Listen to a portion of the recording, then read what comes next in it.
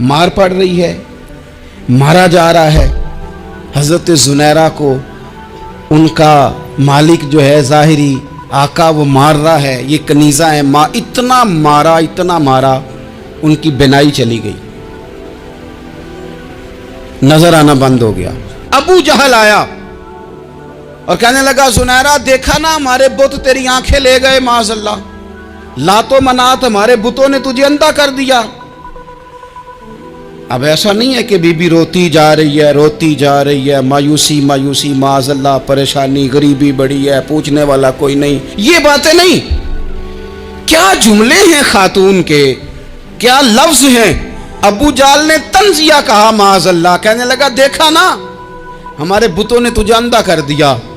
تو جناب زنیرہ آنکھوں کی بینائی گئی ہے اور رات کو گئی ہے, دکھ ابھی تازہ ہے, لیکن اللہ پہ جو توکل ہے, اپنے مالک سے جو رشتہ ہے وہ اتنا مضبوط ہے, اتنا طاقتور ہے, اس میں اتنی گہرائی ہے کہ حضرت زنیرہ بول کے نا اتنی قوت سے بولی, اتنی طاقت سے بولی کہ پورے کفر پر لرزہ طاری ہو گیا. فرمانے لگی تمہارے بتوں کی کیا اوقات ہے کہ وہ میری بینائی لے جائیں, یہ میری رب کی حکمت کا تقاضا ہے.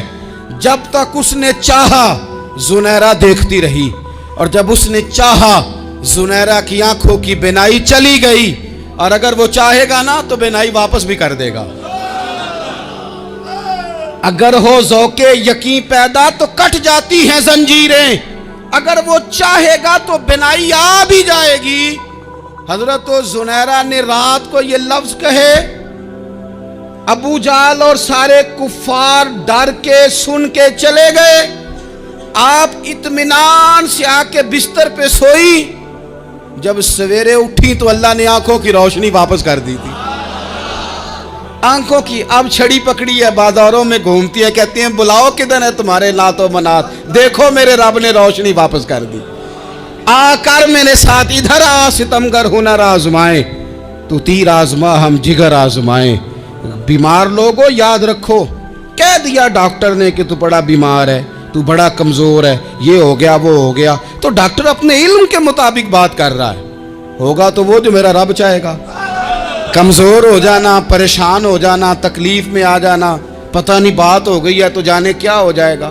اپنی زندگی کے اندر اپنے رب سے رشتہ مضبوط کریں, رسول کائنات سے رشتہ مضبوط کریں, اللہ والوں سے رشتہ مضبوط کریں. حضرت زنیرہ نے پیغام دیا کہ زندگی میں جو جینا چاہتے ہیں تو وہ رب کا نام لے کے جی سکتے ہیں, جو اپنی زندگی میں خوشیاں دیکھنا چاہتے ہیں تو رسول اللہ کے نام پر خوشیاں دیکھی جا سکتی ہیں. توکل کی بنیاد پر بندہ خوشیاں لے سکتا ہے.